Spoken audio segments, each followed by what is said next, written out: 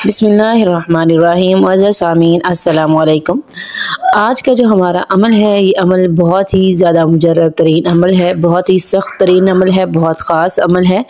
ये अमल या वदूद का है और आपने अल्लाह पाक का ये वाला नाम, प्यार भरा मोहब्बत वाला नाम इस तरतीब से पढ़ना है, इस तरह से पढ़ना है जिस तरह से मैं आपको बताऊं।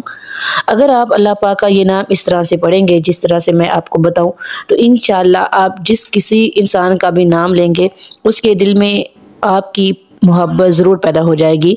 आपने ये अमल महबूब की तस्वीर पर करना है, जिसके दिल में आप प्यार मोहब्बत उल्फत चाहते हैं। आप उसकी तस्वीर को सामने रखेंगे और अल्लाह पाक का नाम या वदूद इसको 300 मरतबा पढ़ के तस्वीर के ऊपर फूंक मार देंगे और उसके बाद अल्लाह पाक से दुआ करेंगे।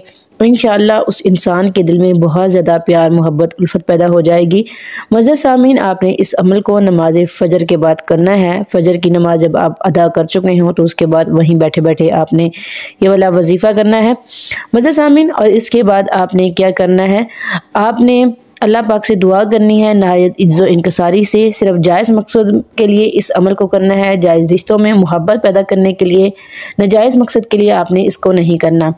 इसके अलावा भी अगर आप शौहर या मियाँ बीवी के दिल में प्यार मोहब्बत उल्फत पैदा करना चाहते हैं तो चलते फिरते अल्लाह पाक का नाम या वदूद पढ़ते रहा करें। कोई तादाद मुतय्यन नहीं है, इसकी कोई भी तादाद फ़िक्स नहीं है, जितना पढ़ सकते हैं पढ़ें।